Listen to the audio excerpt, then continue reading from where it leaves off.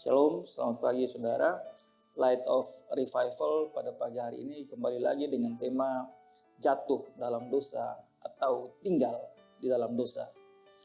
Ayat yang menjadi dasarnya saya ambil dari Mazmur 32 ayat yang keempat. Sebab siang malam tanganmu menekan aku dengan berat, sumsumku menjadi kering seperti oleh teriknya musim panas.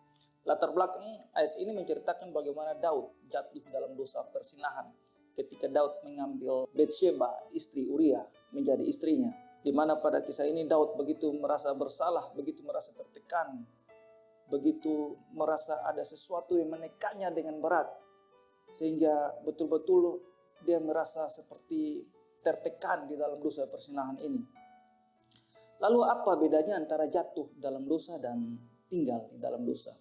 Jatuh dalam dosa dan tinggal dalam dosa tergantung cara pandang kita terhadap dosa.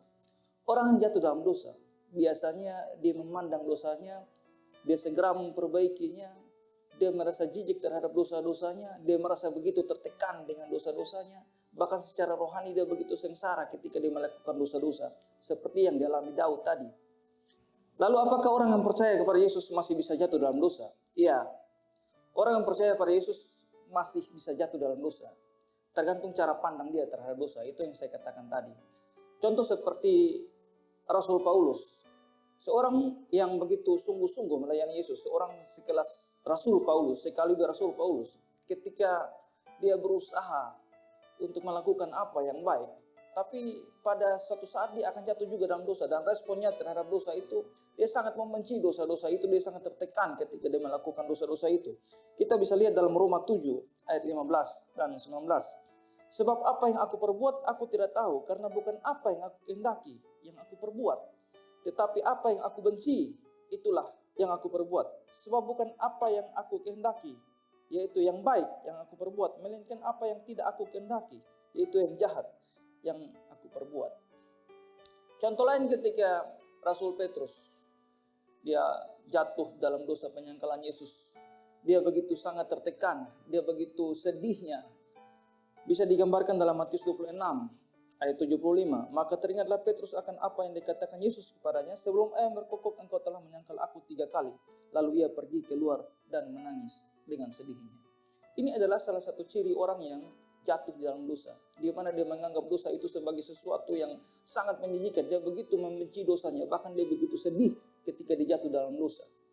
Henry mengatakan tentang Matius 26 ayat 75 ini, duka cita Petrus sangat dalam.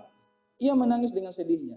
Kesedihan karena dosa tidak boleh hanya sekilas saja, namun harus besar dan dalam, seperti meratapi kehilangan anak satu-satunya. Bayangkan bahwa ketika kita jatuh dalam dosa, harusnya sebagai orang yang percaya kita harus membenci dosa itu. Bahkan seperti yang Henry katakan tadi, seperti kita kehilangan satu-satunya anak kita.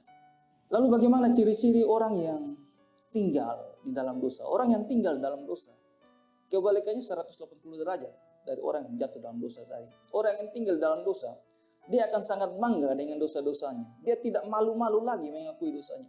Dia akan terang-terangan menceritakan dosanya. Dengan motivasi kebanggaan, dia begitu bangga ketika dia melakukan dosa-dosanya. Seperti yang terjadi dalam Yesaya 3 ayat 9. Air muka mereka menyatakan kejahatan mereka, dan seperti Sodom dan Gomora, mereka dengan terang-terangan menyebut-nyebut dosanya, tidak lagi disembunyikannya. Celakalah orang-orang itu, sebab mereka mendatangkan malapetaka kepada dirinya sendiri. Ya, mereka dengan terang-terangan menyebutkan dosa mereka, dengan bangga menyertakan dosa-dosa mereka tanpa ada penyesalan, tanpa ada sesuatu rasa yang bersalah, tanpa ada satu rasa tertekan dalam diri mereka. Bandingkan dengan Yeremia 6 ayat 15. Seharusnya mereka merasa malu, sebab mereka melakukan kejijikan, tapi mereka sama sekali tidak merasa malu dan tidak kenal noda mereka. Ini adalah ciri-ciri orang berdosa, ciri-ciri orang yang tinggal di dalam dosa. Contoh lain ketika ada seseorang yang dia tahu bahwa merokok itu berdosa, mabuk itu berdosa, tapi dia begitu memegang teguh dosa itu. Walaupun sudah diperingatkan berulang kali, bahkan dia membenci orang yang memperingatinya. Ini adalah satu fenomena yang aneh, yang harusnya dia menganggap benar. Itulah sahabat sejati, orang yang membawa dia kepada kebenaran. Tapi justru tidak, dia membenci orang yang mengantarkan dia kepada kebenaran. Dan dia begitu mengasihi orang-orang yang mengajaknya jatuh dalam dosa. Karena itu saudara, marilah kita koreksi diri kita. Apakah kita masih tetap tinggal di dalam dosa? Atau jika kita sekalipun jatuh dalam dosa, kita terus memperbaiki diri kita supaya hidup lebih baik, hidup lebih kudus di hadapan hadirat Tuhan. Mari kita berdoa. Terima kasih Tuhan untuk firman hari ini. Tuhan telah menyatakan kepada kami apa yang harus kami lakukan sebagai orang yang percaya. Terima kasih banyak Tuhan. Tolonglah kami supaya kami terus membenci dosa-dosa kami. Dan jika kami jatuh dalam dosa, Tuhan mengampuni kami.